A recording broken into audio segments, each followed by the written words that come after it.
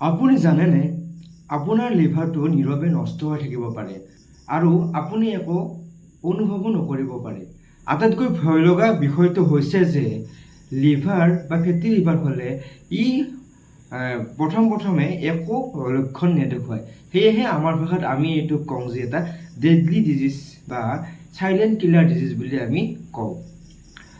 এতিয়া বহুতৰে মনত এটা প্ৰশ্ন থাকে যে আমিতো মদ নাখাওঁ বা আমি এলকহল কনজিউম নকৰোঁ, তেতিয়াহ'লে আমাৰ ফেটি লিভাৰ কিয় হ'ব? এইটো এটা বহুত ভুল ধাৰণা। সাধাৰণতে ফেটি লিভাৰ দুই প্ৰকাৰৰ থাকে, এটা হৈছে এলকহলিক, এটা হৈছে নন এলকহলিক। আৰু আমি এলকহলিকটো বাদ দি আজি এই ভিডিঅ'টোত আলোচনা কৰিম নন এলকহলিক ফেটি লিভাৰ। আৰু নন এলকহলিক ফেটি লিভাৰ যিকোনো বয়সৰ যিকোনো লোকৰ হ'ব পাৰে, এইটো ক্ষীণেই হওক শকতেই হওক, কিন্তু মষ্টলি শকত মানুহৰ দেখা যায়, কিন্তু ক্ষীণ মানুহৰ কিছুমান ক্ষেত্ৰত দেখিবলৈ পোৱা যায়। এইবিলাক কৈ আছোঁ। আৰু ল'ৰা ছোৱালী, কম বয়সীয়াল, বুঢ়া ডেকা সকলোৰে নন এলকহলিক ফেটি লিভাৰ হ'ব পাৰে। নমস্কাৰ, মই মোৰ এই channel Assamese health and tips by Dipjyoti Das চেনেলটোলৈ আপোনাক সকলোকে স্বাগতম জনাইছোঁ।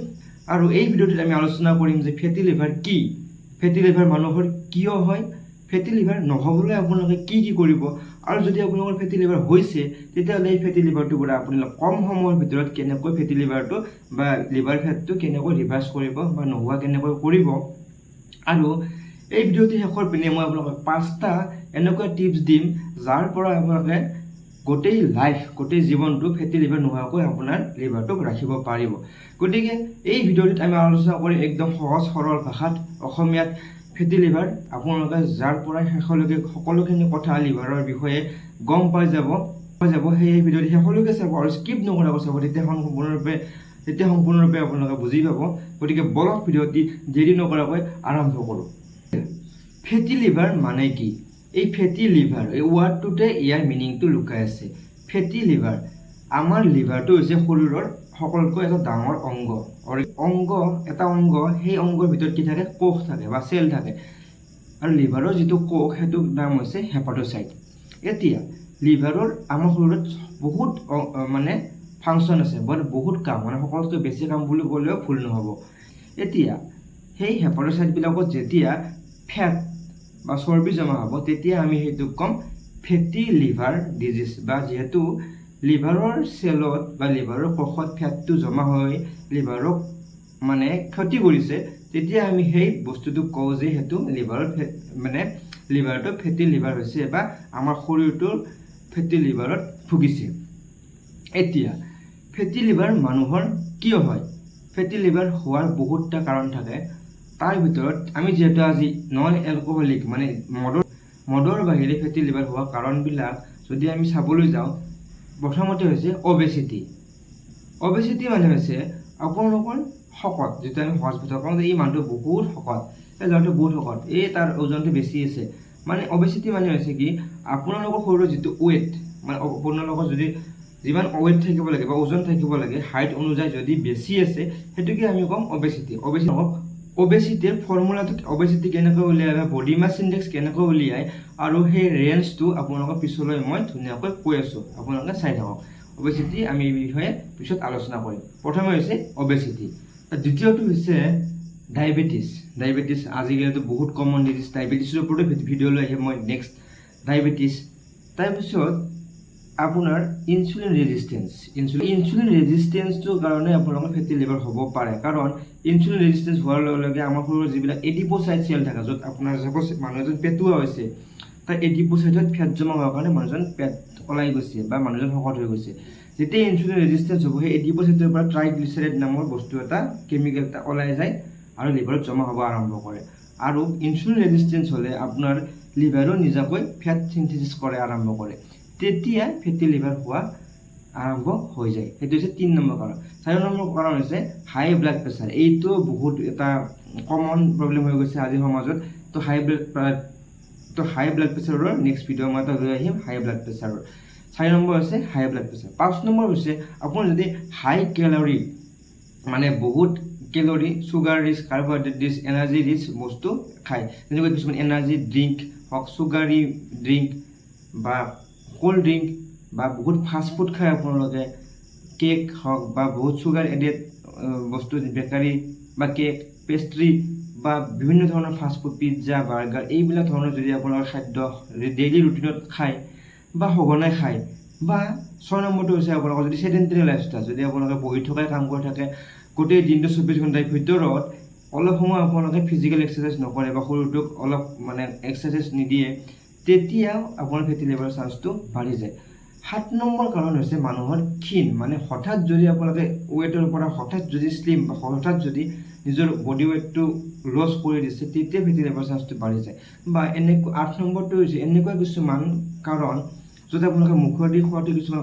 বহুত লং টাইমৰ কাৰণে বন্ধ হৈ আছে আৰু আপোনালোক যিটো আমি নৰ্মেল ভাত খাওঁ চেলাইনেদি তাৰ কাৰণে যিটো দি আছে বা খোৱা বস্তু খাদ্যখিনি দি আছে সেনেকুৱা যিটো পেৰেণ্টিয়েল নিউট্ৰিশ্যন বুলি কওঁ আমি সেই পেৰেণ্টিয়েল নিউট্ৰিশ্যন লং টাইমৰ কাৰণে দিলেও আপোনালোকৰ ফেটি লিভাৰ হোৱাৰ চান্সটো আহি যায় তো এইবিলাক বিভিন্ন ধৰণৰ প্ৰায় 7-8টা কাৰণ আপোনালোকৰ আগত আলোচনা কৰিলোঁ ফেটি লিভাৰ হোৱা এতিয়া এটা ভয়ানক কথা হয় যে ফেটি লিভাৰটো যদি আপোনালোকে ট্ৰিটমেণ্ট নকৰে বিভিন্ন ধৰণৰ কমপ্লিকেশ্যন বহুত চিৰ'চিছ হ'ব পাৰে ফাইব্ৰ'চিছ চিৰ'চিছ কেঞ্চাৰ এইবিলাক পিছত বহুত ষ্টেপ বাই ষ্টেপ লিভাৰটো বেয়া হৈ যায় থাকিব পাৰে সেয়েহে লিভাৰটোক আমি ফেটি লিভাৰটোক আমি চাইলেণ্ট কিলাৰ ডিজিজ বুলি কওঁ মই আগতেও কৈছিলোঁ আৰম্ভণিতে সেয়ে চাইলেণ্ট কিলাৰ ডিজিজ বুলি কওঁ এতিয়া আমি ফেটি লিভাৰৰ লক্ষণসমূহ জানো আহক লক্ষণসমূহ হৈছে ফেটি লিভাৰ যেতিয়া আপোনাৰ হ'ব আপোনালোকৰ সাধাৰণতে বহুত মানুহৰ একো লক্ষণ নেদেখুৱায় আৰু যিবিলাকৰ লক্ষণ দেখুৱায় সেই লক্ষণবিলাক এনেকুৱা ধৰণৰ যে তেওঁলোকৰ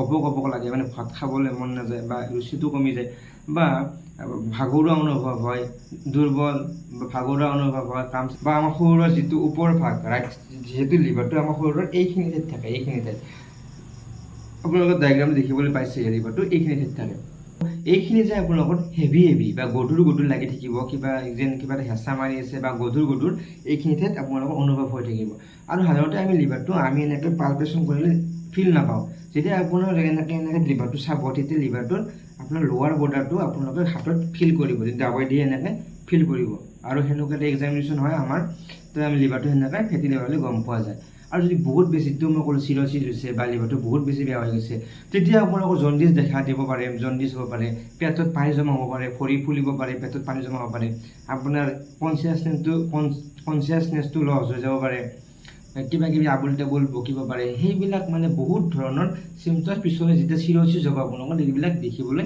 পাব পাৰে সাধাৰণতে ফেটি লিভাৰ এটা এচিমটমেটিক ডিজিজ প্ৰশ্ন যে ফেটি লিভাৰটো ট্ৰিটেবল ডিজিজ হয়নে অবভিয়াছলি সঁচাকৈ এইটো এটা যিমান ভয় লগা সিমান ভাল লগাও কাৰণ ফেটি লিভাৰ যদি আপোনালোকে এবাৰ গম পাই গৈছে যে মোৰ ফেটি লিভাৰ হৈছে আল্ট্ৰাচাউণ্ড কৰিছে আমাৰ ডক্টৰে কৈছে গ্ৰেড 1 গ্ৰেড 2 গ্ৰেড 3 গ্ৰেড 4 ফেটি লিভাৰ হৈছে আপোনালোকৰ ভয় কৰিবলৈ একো নাই যদি সোনকালে ফেটি লিভাৰ গম পাইছে সেইটো বহুত বেছি আপোনালোকে ছেফ বা আপোনালোকৰ কাৰণে বহুত বেছি ভাল কাৰণ ফেটি লিভাৰটো এনেকুৱা এটা বেমাৰ যিটো ৰিভাৰ্ছ কৰিব পাৰি যদি আপুনি পিছলৈ মই আপোনালোকক কৈ আছোঁ যে কি কৰিলে আপোনালোকৰ ফেটি লিভাৰটো নোহোৱা হৈ যাব বা আগৰ অৱস্থালৈ ঘূৰি আহিব এইবিলাক কৈ আছোঁ চাই থাকক তো এতিয়া আমি ডিছকাছ কৰি আছোঁ যে ফেটি লিভাৰটো ৰিভাৰ্চিবল হয় নে নহয় হয় আপোনালোকৰ ঔষধ মোৰ মতে যে গ্ৰেড 1 ফেটি লিভাৰ ডক্টৰে এনেই আৰু মানুহৰ ভাল লাগিবৰ কাৰণে এণ্টি অক্সিডেণ্ট হওক বা ভিটামিন হওক এইবিলাক প্ৰেছক্ৰাইব কৰে বা লিভাৰ চিৰাপ এইবিলাক প্ৰেছক্ৰাইব কৰে কিন্তু ফেটি লিভাৰ ডিজিজটো আপোনালোকৰ নিজে কিছুমান ডেইলি ৰুটিনৰ কিছুমান হেবিট ফ'ল' কৰি ফেটি লিভাৰটো প্ৰায় এমাহৰ পৰা 1.5 মাহৰ ভিতৰত ৰিভাৰ্ছ কৰি আনিব পাৰে আপোনালোকে যদি ফেটি লিভাৰ হৈছেও বা যদি হোৱাও নাই তেতিয়াও আপোনালোকে এইখিনি ফ'ল' কৰিব পাৰে মই যিখিনি আপোনালোকক ক'ম তো আৰম্ভ কৰিছোঁ ফেটি লিভাৰ যদি আপোনালোকৰ হৈছে মানে হোৱা বুলি ভাবিয়ে মই আপোনালোকৰ কথাখিনি ক'ম যদি আপোনালোকৰ ফেটি লিভাৰ হৈছে তেতিয়াহ'লে কি হ'ব যে কি আপোনালোকে খাব প্ৰথমে ক'ম কি খাব তাৰপিছত ক'ম কি নাখাব কি খাব মানে ফেটি আপোনালোকে বেছিক গুৰুত্ব দিয়া উচিত যে যিমান গ্ৰীণ মানে সেউজীয়া শাক পাচলি আছে শাকেই হওক যিকোনো ধৰণৰ শাক আপোনালোকৰ পাই থাকে যিবিলাক গাঁৱলীয়া মানুহ সেইবিলাকতে আৰু বেছি ভাল বিভিন্ন ধৰণৰ শাক পাচলি পাই থাকে সময়ৰ যিবিলাক ছিজনেল শাক পাচলি সেইবিলাক ধুনীয়াকৈ আপোনালোকে খাওক যিকোনো শাক পাচলি আপুনি খাব পাৰে ছিজনেল ফল মূল এতিয়া আম কঁঠাল এইবিলাকৰ বতৰ তো আপোনালোকে এইবিলাক খাব পাৰে ধুনীয়াকৈ এইবিলাক খাওক মানে মই কি কৈছোঁ শাক পাচলি ফল মূল এইবিলাক আপোনালোকৰ ডেইলি ৰুটিনত ব্যৱহাৰ কৰক আৰু যদি আপোনালোকে ভাতো খাই আছে বা ভাতটো আপোনালোকে কমকৈ খায়, থালখন আপোনালোকে কালাৰফুল কৰক, মানে কালাৰফুল মানে চব্জিও ৰাখক, দালিও ৰাখক, মানে এনেকুৱা হ'ব নালাগে যে ভাতত আপোনালোকে কি থাকে শৰ্কৰা বা কাৰ্বহাইড্ৰেট থাকে। কাৰ্বহাইড্ৰেটৰ পৰা ফেট হোৱাটো বহুত মানে চান্স থাকে। যদি আপোনালোকে কাৰ্বহাইড্ৰেট যদি ভাতটো বেছি আছে তেতিয়া আপোনালোকৰ ফেটি লিভাৰ হ'ব পাৰে, যদি কাৰণ কাৰ্বহাইড্ৰেটটো কনভাৰ্ট হয় ফেটলৈ। সেয়ে ভাতটো অলপকৈ খাওক, লগতে পেটটো পুৰাবলৈ আপোনালোকে শাক পাচলি, মানে সেইটো হৈছে ফাইবাৰজাতীয় বস্তু, সেইটোৱে আপোনাৰ ফেটি লিভাৰটো কমাত বহুত বেছি পৰিমাণে হেল্প কৰিব। ফাইবাৰজাতীয় বস্তু, তাত আপোনালোকে প্ৰটিনজাতীয় বস্তু ইউজ কৰক, প্ৰটিনজাতীয় চয়াবিনে হওক বা ৰাজমাহ, বুট, দাইল, মুগৰ দাইল, এইবিলাক বিভিন্ন ধৰণৰ আপোনালোকে ভেজিটেৰিয়ান প্ৰটিন, পনীৰ এইবিলাক ব্যৱহাৰ কৰিব পাৰে। মাংসটো অলপ কমাই চলিব, যিবিলাক খাব নালাগে সেইবিলাকতো কৈ আছোঁ, যিবিলাক খাব লাগে সেইবিলাকতো মই ক'লোঁ আপোনালোকক যে কালাৰফুল হ'ব লাগিব কাঁহীখন। লগতে আপোনালোকে বাদাম, এলমণ্ড হওক বা খেজুৰ বা আপোনালোকে বিভিন্ন ধৰণৰ কাজু হওক বা বিভিন্ন ধৰণৰ বাদাম যিবিলাক পায়, নাচ আমি যিবিলাক কওঁ, সেইবিলাক আপোনালোকে ডেইলি ৰুটিনত ব্যৱহাৰ কৰক। ৰাজমাহ হওক বা মুগৰ দাইল, বুট, বাদাম, এইবিলাক বস্তু আপোনালোকে ডেইলি ৰুটিনত ব্যৱহাৰ কৰক। ভাতটো কমকৈ খাওক, শাক পাচলি ব্যৱহাৰ কৰক, শাক পাচলি বেছিকৈ খাওক, আৰু আপোনালোকে তাৰ লগতে এড কৰক দিনত ডেইলি এক্সাৰচাইজ। বা যদি আপোনাৰ ভাতত বহুত বেছি মানে ভোকত পৰি আছে তেতিয়াহ'লে আপোনালোকে ভাততকৈ বেছি প্ৰিফাৰ কৰিব পাৰে ৰুটিটো ভাততকৈ কম ক্ষতি কৰে ফেটি লিভাৰ হোৱাতে, মানে যদি শুকান ৰুটি, সেই শুকান ৰুটিটো আপোনালোকে ব্যৱহাৰ কৰিব পাৰে। এতিয়া আপোনালোকক মই ডায়েটাৰী ৰুটিনটো ক'লোঁ, আৰু পিছলৈ কৈ আছোঁ, এইখিনি হৈছে ডায়েটাৰী। তাৰপিছত আপোনালোকে তাৰ লগত এড কৰিব পাৰে যে ডেইলি ৰুটিনত এক্সাৰচাইজ কৰিব লাগিব। মানে যদি আপোনালোকে এসপ্তাহ যদি ধৰি দিছোঁ টাইম, তাৰে মিনিমাম 5 দিন বা 4 দিন আপোনালোকে এক্সাৰচাইজ কৰিব লাগিব, আৰু ডেইলি 45 to 1 hour, যিবিলাকৰ একদম টাইমৰ অভাৱ, তেতিয়াহ'লে আপোনালোকে মিনিমাম আধা ঘণ্টা ডেইলি এক্সাৰচাইজ কৰিব লাগিব। আৰু সপ্তাহটোত আপোনালোকৰ 150 পৰা 200 ঘণ্টা আপোনালোকৰ এক্সাৰচাইজ হ'ব লাগিব। এনেকুৱা এক্সাৰচাইজ য'ত আপোনালোকৰ গোটেই শৰীৰটো ধুনীয়াকৈ ইনভলভ হৈছে আৰু পূৰা ঘামি চামি একদম আপোনালোকৰ পূৰা ভাগৰ ধৰি যোৱা এক্সাৰচাইজ আপোনালোকে ডেইলি বা সপ্তাহত 4 পৰা 5 দিন 150 পৰা 200 ঘণ্টা আপোনালোকে এক্সাৰচাইজ কৰিব লাগিব। তাৰপিছত ভালকৈ পানী খাওক। যদি আপোনালোকৰ ডায়েবেটিছ বা ব্লাড প্ৰেছাৰ হাই ব্লাড প্ৰেছাৰ, যিটোক আমি হাইপাৰটেনশ্যন বুলি কওঁ, সেনেকুৱা যদি কিছুমান বেমাৰ আছে, সেইটো আপোনালোকৰ এইবিলাক যিবিলাক ক'লোঁ মই, সেইটোতে কণ্ট্ৰলটো হ'বই। লগতে যদি আপোনালোকৰ কিছুমান ঔষধ খাই আছে, বা যদি ডক্টৰে আপোনালোকৰ ডায়েবেটিছৰ বা হাইপাৰটেনশ্যনৰ যদি আপোনালোকক মেডিকেশ্যন দিছে, বা আপোনালোকে যদি ডেইলি ৰুটিনত ঔষধ খায় হাই প্ৰেছাৰৰ বা চুগাৰৰ, সেইবিলাক ৰেগুলাৰ খাই থাকিব, কণ্ট্ৰল কৰি ৰাখিব। হাই ব্লাড প্ৰেছাৰ আৰু হাই চুগাৰো এটা আপোনাৰ ফেটি লিভাৰৰ এটা বহুত ডাঙৰ কাৰণ হৈ পৰে। সেয়েহে এইবিলাক বস্তু আপোনালোকৰ কণ্ট্ৰল কৰি ৰখা বহুত বেছি জৰুৰী। যিখিনি ক'লোঁ তাৰ লগতে আপোনালোকে যদি পাৰে বহুত বেছি ভাল যে 1 পৰা 1.5 মাহ আপোনালোকে ধুনীয়াকৈ বইল, তেল নিদিয়াকৈ বা ভাজা বা বস্তুটো তেল দি ভাজি খোৱাতকৈ যদি বইল কৰি খায়, বা বস্তুটো ৰান্ধি খোৱাতকৈ যদি আপোনালোকে বইল কৰি খায়, 1 মাহ, মিনিমাম 1 মাহ আপোনালোকে বহুত বেছি পৰিৱৰ্তন দেখিবলৈ পাব আপোনালোকৰ ফেটি লিভাৰ। আপোনালোকৰ যদি 1 মাহ যিখিনি মই ক'লোঁ, আৰু যদি আপোনালোকে ডেইলি ভিতৰত বইল খানা খায়, তেতিয়া মই কৈছোঁ আপোনাক কথা দিছোঁ, আপোনালোকে 1.5 মাহৰ পৰা 1 মাহৰ ভিতৰত যদি আপোনাৰ ফেটি লিভাৰটো যদি যাই পেলাই আল্ট্ৰাচাউণ্ড কৰি চাই, নিশ্চয় নৰ্মেল দেখাব যদি আপোনালোকে এইখিনি ফ'ল' কৰে। এতিয়া মই ক'বলৈ গৈ আছোঁ যে কি নাখাব। আপোনালোকৰ যিবিলাক ফাষ্টফুড যিবিলাক আপোনালোকে ডেইলি ৰুটিনত খাই আছিল, বা সময়ে খাই আছিল, বা সঘনাই খাই আছিল, যেনেকুৱা পিজ্জা হওক, বাৰ্গাৰ, ফ্ৰেঞ্চ ফ্ৰাইড, ম'ম'জ, বা যিবিলাক ফ্ৰাইড চিকেন, বাৰ্ণ চিকেন, এইবিলাক আৰু যদি বহুত বেছি আপোনালোকৰ চুগাৰ, মানে চেনি খাই ভাল পায়, বা আপোনালোকৰ যদি বহুত বেছি ৰাপ আছে কেক জাতীয় বস্তু খোৱা, বেকাৰী জাতীয় বস্তু খোৱা, বা পেষ্ট্ৰি খোৱা, মিঠাই খোৱা, এইবিলাক বস্তু আপোনালোকে এৰি দিয়ক। কাৰণ মই ক'লোৱে আপোনাক, চুগাৰটো বেছি খালে চুগাৰ কনভাৰ্ট হৈ পেলাই কি হয়, ফেট হয়। তো যদি আপোনালোকে বেছিকৈ চুগাৰ জাতীয় বস্তু খায়, আপোনালোকৰ এইটো ডায়েবেটিছ বা ফেটি লিভাৰ এইবিলাক ইণ্টাৰলিংক হয়।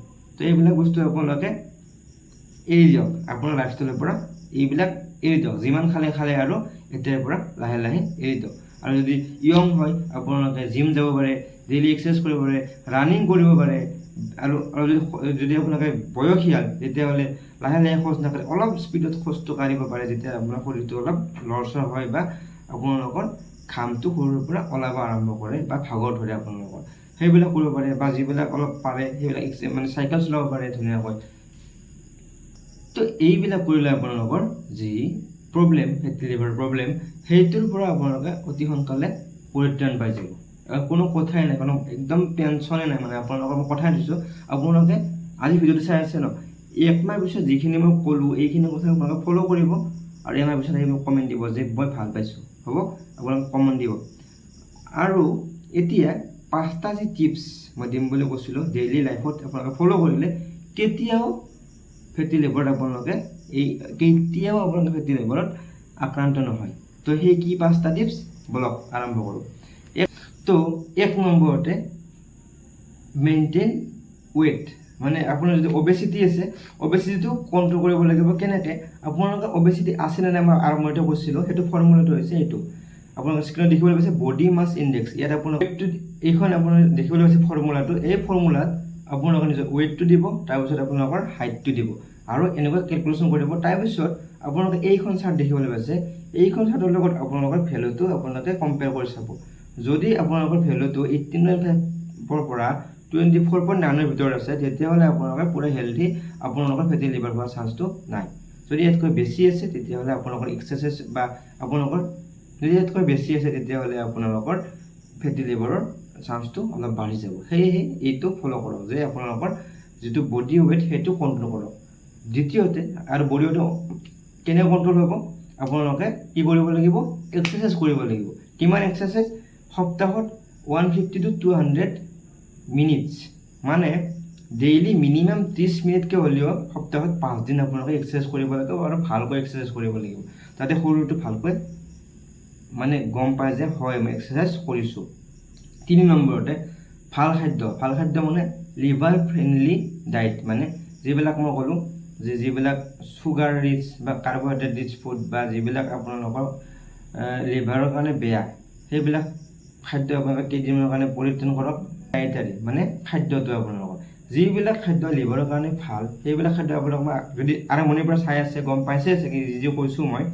সেইবিলাকৰ ভিতৰত যিবিলাক আছে সেউজীয়া শাক পাচলি, ফল মূল, তাৰপিছত প্ৰটিনজাতীয় বস্তু, যিবিলাক ভেজিটেৰিয়ান প্ৰটিন হওক, চয়াবিনে হওক, বুট, মুগ বা দাইল, এইবিলাক, বা যিবিলাক নাটছ বা বাদামজাতীয় বস্তু, আলমণ্ডে হওক বা কাজু, বা নৰ্মেল যিটো নাটছ বুলি কওঁ আমি, বাদাম, বা এইবিলাক বিভিন্ন ধৰণৰ বস্তু আপোনালোকে ইউজ কৰিব পাৰে, খাব পাৰে ডেইলি ৰুটিনত। বা আপোনালোকে যিবিলাক মাছ, যিটোত ওমেগা 3 ফেটি এচিড থাকে, সেইবিলাক মাছো আপোনালোকে খাব পাৰে। আৰু পাৰিলে বইল, মাজে মাজে বইল, আৰু মাজে মাজে ইণ্টাৰমিডিয়েট ফাষ্টিং বুলি যিটো কওঁ, 12 ঘণ্টা বা 12 ঘণ্টাৰ পৰা 16 ঘণ্টা আপোনালোকে পেটটোক ৰেষ্ট দিব, নাখাব আৰু নাখাই থাকিব। তেতিয়া কি হ'ব, মই আপোনালোকক যদি আৰম্ভণিৰ পৰা চাইছে বুজি পাইছে যে ফেটটো কনভাৰ্ট হয়, কি হয়, এনাৰ্জি হয়। যদি আপোনালোকে নাখাকৈ থাকে, ব্ৰেইনটোতো কাম কৰিবলৈ, যদি আপুনি ৰেষ্ট লৈ আছে, ব্ৰেইনটোক অলৱেজ গ্লুক'জ লাগে কাম কৰিবলৈ। তো লিভাৰে সেইটো এৰি দিব, তাৰ পৰা যা কামটো কৰ। তো এনেকৈ এৰি দিলে আপোনালোকৰ লিভাৰ, ফেটি লিভাৰটো মানে যদি জমাও হৈছে নিজে নিজে নোহোৱা হৈ থাকিব। সেয়ে ইণ্টাৰমিডিয়েট ফাষ্টিংটো বহুত বেছি জৰুৰী। আৰু কি কি নাখাব, যিবিলাক বস্তু আপোনালোক মই আগতেও কৈছোঁ, যিবিলাক আপোনালোকে যদি ফাষ্ট ফুড খায়, বা বেছি চুগাৰ ৰিচ ফুড, বেকাৰী হওক, বা যিবিলাক পেষ্ট্ৰি, কেক বা চুগাৰী ড্ৰিংক, এইবিলাক বস্তু আপোনালোকে মানে এৰি দিয়ক লাইফ। তাৰ 4 নম্বৰতে হৈছে আপোনালোকৰ যদি ডায়েবেটিছ বা হাই প্ৰেছাৰ আছে, সেইবিলাক কণ্ট্ৰল কৰি ৰাখক। যদি এইবিলাক বস্তু ফ'ল' কৰে, এক্সাৰচাইজ, ডায়েট, এইবিলাক বস্তু অলপ অলপ কণ্ট্ৰল হৈ থাকিবই। 5 নম্বৰতে যদি আপোনালোকৰ মদ খোৱা বা এলকহল লোৱা হেবিট আছে, এইবিলাক বন্ধ কৰক। লগতে যিকোনো ধৰণৰ ঔষধ আপোনালোকে ফাৰ্মাচীৰ পৰা আনি খোৱাটো বন্ধ কৰক। কাৰণ কিছুমান এনেকুৱা ঔষধ থাকে যিবিলাক ঔষধে আপোনালোকৰ ফেটি লিভাৰত বহুত বেছি পৰিমাণে মানে এফেক্ট কৰে। তো ফেটি লিভাৰ কৰাই সেনেকুৱা কিছুমান ড্ৰাগ হৈছে, যিবিলাক ষ্টেৰইড কেটেগৰী ড্ৰাগবিলাকে হওক, বা ইমিউডৰল বা মিথ'ট্ৰেক্সেট। ইমিউডৰলটো হৈছে যেনেকুৱা আমাৰ হাৰ্টৰ বেমাৰত কিছুমান ইউজ হয়, বা মিথ'ট্ৰেক্সেট যিবিলাক আমাৰ কিছুমান চৰিয়াছিছ হওক বা আৰ্থ্ৰাইটিছ, এইবিলাক বেমাৰত, অটো ইনফ্লেমেটৰী ডিজিজত ইউজ হয়। এইবিলাক আপোনালোকক যেতিয়ালৈকে ডক্তৰে প্ৰেছক্ৰাইব নকৰে, তেতিয়াহ'লে এনেকুৱা ধৰণৰ কিছুমান ঔষধ আপোনালোকে নাখাব। মই বোধ কৰিছোঁ আপোনালোকে যদি আৰম্ভণিৰ পৰা চাইছে, ফেটি লিভাৰত ধুনীয়াকৈ এটা মই সাৰাংশ আপোনালোকক দি দিছোঁ। আৰু গোটেই যদি সম্পূৰ্ণকৈ স্কিপ নকৰাকৈ চাইছে, আপোনালোকে এটা আভাস পাই গৈছে ফেটি লিভাৰৰ, গোটেই লিভাৰৰ বিষয়ে আপোনালোকে এটা আভাস পাই গৈছে মোৰ বোধেৰে। যদি ভিডিঅ'টি ভাল পালে প্লিজ চেনেলটো ছাবস্ক্ৰাইব কৰিব নাপাহৰিব, লাইক কৰিব আৰু কমেণ্ট কৰি নিশ্চয় জনাব যে আপোনালোকে কেনেকুৱা পালে আৰু ভিডিঅ'টি যদি আপোনালোকে ভাল পালে প্লিজ চেনেলটো শ্বেয়াৰ কৰিব নাপাহৰিব কাৰণ আপুনি যেনেকৈ মানে উপকৃত হৈছে আপোনালোকৰ যদি ফেমিলি মেম্বাৰ বা ফ্ৰেণ্ড কিছুমান যদি এনেকুৱা ফেটি লিভাৰ হৈছেও বা নহ'বলৈ কেনেকৈ তেওঁলোকে মানে এটা আইডিয়া পাই যাব সেয়ে প্লিজ চেনেলটো ছাবস্ক্ৰাইব কৰিব আৰু শ্বেয়াৰ কৰিব কাৰণ যদি আপোনালোকৰ কাৰণে ভিডিঅ'টি বনাইছোঁ যদি আপুনি লাভান্বিত হৈছে আনকো লাভান্বিত কৰক তো সেনেকৈ শ্বেয়াৰটো কৰি দিব তো আজিলৈ সামৰণি মাৰিছোঁ শেষলৈকে চোৱাৰ কাৰণে মোৰ ফালৰ পৰা বহুত বেছি ধন্যবাদ নেক্সট আৰু বিভিন্ন ধৰণৰ ভিডিঅ' লৈ আহিম আজিলৈ সামৰণি মাৰিছোঁ থেংক ইউ জয় অসম